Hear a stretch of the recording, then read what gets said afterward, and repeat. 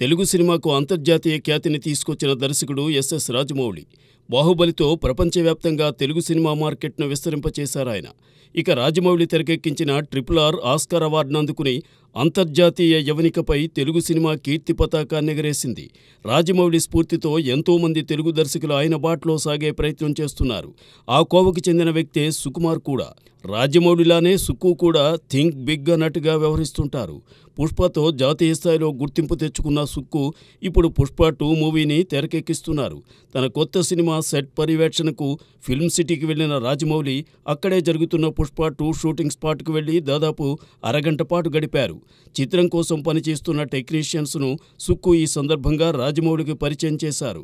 ఈ సందర్భంగా దిగిన ఫోటోను సుకుమార్ పోస్ట్ చేస్తూ రాజమౌళితో సెట్లో గడిపిన అనుభవాన్ని ఎప్పటికీ మర్చిపోలేనని పేర్కొన్నాడు. రామ్ మిట్టకంటి, పవిత్ర కస్వి ప్రధాన పాత్రలు పోషించిన సినిమా చిట్టి పొట్టి. భాస్కర్ యాదవ్ స్వీయ దర్శకత్వంలో నిర్మించిన ఈ సినిమా అక్టోబర్ 3న విడుదల కాబోతోంది. ఈ సందర్భంగా హైదరాబాద్ ప్రసాద్ ప్రివ్యూ థియేటర్లో ట్రైలర్ను విడుదల చేశారు. ఈ కార్యక్రమానికి అతిథిగా హాజరైన care group chairman doctor AM Reddy ఈ సినిమా విజయం సాధించాలనే ఆకాంక్షను వ్యక్తం చేశారు. ఈ సినిమాలోని పాటలకు మంచి స్పందన లభిస్తోందని మ్యూజిక్ డైరెక్టర్ శ్రీవెంకట్ చెప్పారు. బ్రదర్ అండ్ సిస్టర్ సెంటిమెంట్తో రూపుదిద్దుకున్న ఈ సినిమా తప్పకుండా విజయం సాధిస్తుందనే ఆశాభావాన్ని హీరోయిన్ కస్వి, నటి పవిత్ర వ్యక్తం చేశారు. ఇవాళ సమాజం మీద సోషల్ మీడియా ప్రభావం విపరీతంగా ఉన్న సందర్భంలో ఓ అన్న తన చెల్లిని ఎలా ప్రొటెక్ట్ చేసుకున్నాడనే అంశంపై తీసిన సినిమా ఇదని దర్శక నిర్మాత భాస్కర్ యాదవ్ దాసరి చెప్పారు.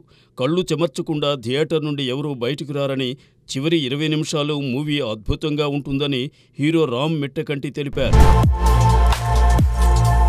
నాని సరసన తెలుగులో గ్యాంగ్ లీడర్, సరిపోదా శనివారం చిత్రాల్లో నటించింది అందాల భామ ప్రియాంక అరుల్ మోహన్. ఈ 2 సినిమాలకు మధ్యలో శర్వానంద్ మూవీ శ్రీకారంలోనూ హీరోయిన్గా చేసింది. అలానే పవన్ కళ్యాణ్ ఓజీలోనూ ప్రియాంక నటిస్తోంది.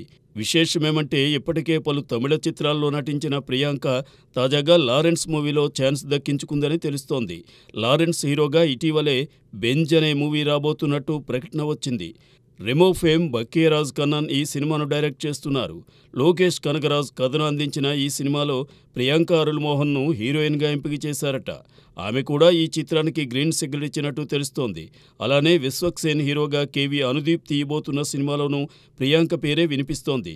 మరి ఈ 2 ప్రాజెక్ట్స్కు సంబంధించిన అధికారిక సమాచారం ఎప్పుడు వస్తుందో చూడాలి. అమీర్ ఖాన్, సల్మాన్ ఖాన్, రాజ్ కుమార్ సంతోషి కాంబినేషన్లో 1994లో వచ్చిన అందాజ్ అప్నా అప్నా సినిమాను ఎవరూ అంత తేలిగ్గా మర్చిపోరు. ఆ రోజుల్లో ఆ వినోదాత్మక చిత్రం చక్కని విజయాన్ని అందుకుంది.